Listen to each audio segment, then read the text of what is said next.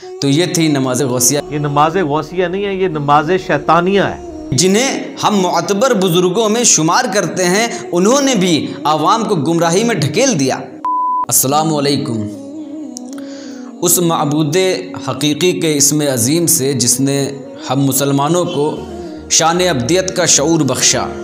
ناظرین کرام، نماز دین کا ستون ہے، نماز رسول اللہ صلی اللہ علیہ وسلم کی آنکھوں کی ٹھنڈک ہے، نماز مومنین کی معراج ہے۔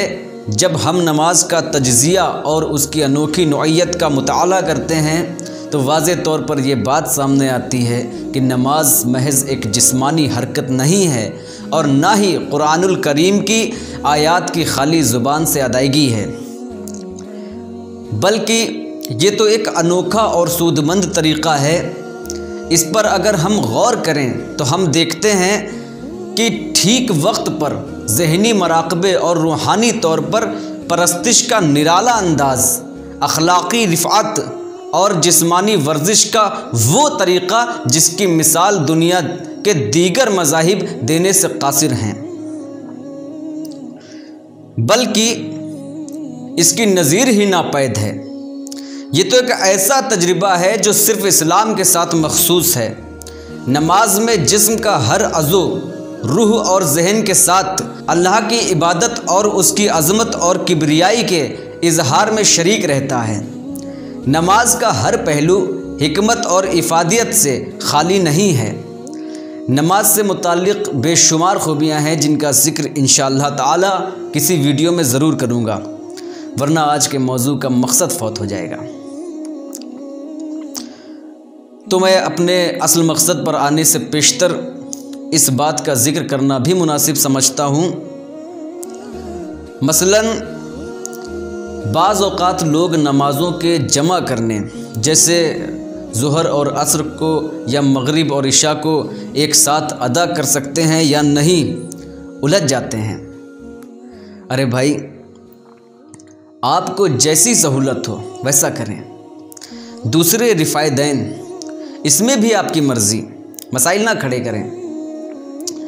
تیسرے، ہاتھ باندھنا، ناف پر باندھے جائیں یا سینے پر یا ہاتھ چھوڑ کر نماز ادا کی جائے، ٹوپی لگا کر ادا کی جائے یا بغیر ٹوپی کے ہو جاتی ہے۔ دیکھیے، ان چھوٹی چھوٹی باتوں سے نماز میں کوئی فرق واقع نہیں ہوتا۔ یہ تمام اختلافات دراصل سہولتیں ہیں، نہ کہ رکاوٹیں یا پابندیاں۔ یہاں پر کسی بھی فقہی مسلک کی پیروی قابل قبول ہونا چاہیے، جس مسلک کو آپ پسند کرتے ہوں یا جس کی پیروی کرتے ہوں۔ تو چلیے میں اپنے اصل مقصد کی جانب واپس آتا ہوں، جو آپ نے تھمبنیل پر دیکھا ہے۔ پہلے نماز مداریہ پر بات کرتا ہوں۔ حضرت محمود کاشغری رحمۃ اللہ علیہ نے حضرت قطب المدار رضی اللہ عنہ سے عرض کیا، حضور مجھے نماز کا صحیح طریقہ بتائیں، نماز میں خضوع اور خشوع کیسے قائم ہو؟ حضرت قطب المدار رضی اللہ عنہ نے ارشاد فرمایا، رسول اللہ صلی اللہ تعالیٰ علیہ وسلم نے جو طریقہ تعلیم فرمایا نماز اسی طرح ادا کریں۔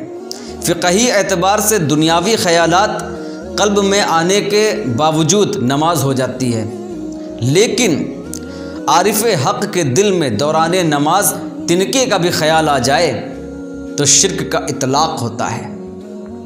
ناظرین کرام، اس کی سب سے بڑی مثال یہ ہے کہ ایک جنگ میں حضرت علی علیہ السلام کی پنڈلی میں ایک تیر پیوست ہو گیا، جس کا نکالنا شدید تکلیف کا باعث تھا۔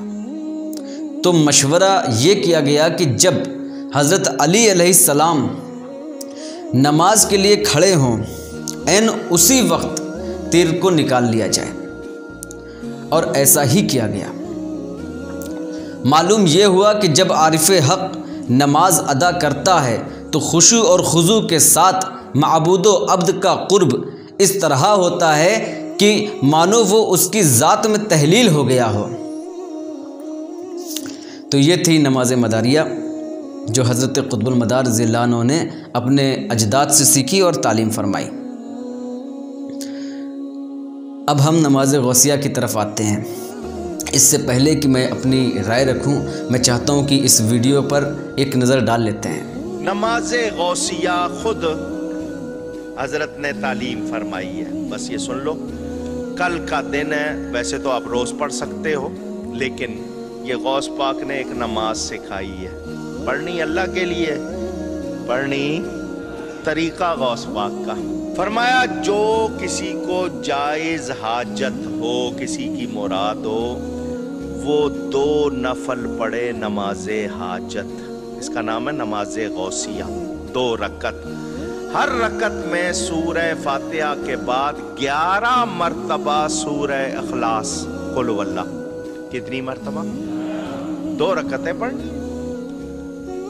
وہی طریقہ نماز کا، صرف 11 مرتبہ قل هو اللہ شریف۔ جب 2 رکعتیں ہو جائیں تو پھر 11 مرتبہ درود شریف پڑھیں۔ کتنی مرتبہ؟ اور بغداد کی طرف 11 قدم چلے، قبلے کے دائیں طرف بغداد، جہاں بھی گھر میں کہیں نماز پڑھو گے بالکل دائیں طرف، سیدھا آپ کا منہ مکے کی طرف، تھوڑا سا ترچھا کریں گے تو مدینے کی طرف، پورا دائیں طرف جائیں گے تو سمت بھی بتا دی آپ کو۔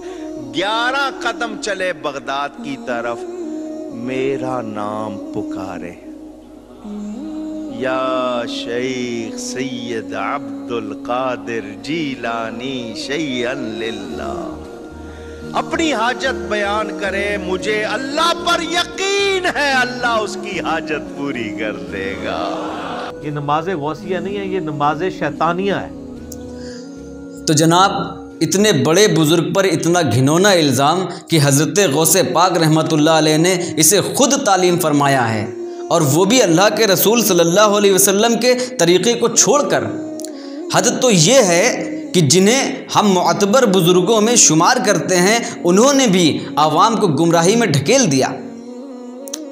جہاں تک نفلی نمازوں کا تعلق ہے جو اسلام میں رائج ہیں، ان کے ادا کرنے میں کوئی بھی ایسی نقل و حرکت نہیں ہے، اور کوئی بھی نماز خدا طلبی سے خالی نہیں ہے، چاہے تحیۃ الوضو ہو یا تحیۃ المسجد، نماز اشراق ہو یا نماز تہجد، نماز چاشت ہو یا صلاۃ التسبیح، نماز استخارہ ہو یا نماز قضاء حاجت، نماز حفظ الایمان ہو یا ہفتے اور مہینے کی نمازیں، گرہن کے لیے ہوں یا قحط کے لیے، کسی میں بھی کوئی نقل و حرکت نہیں ہے۔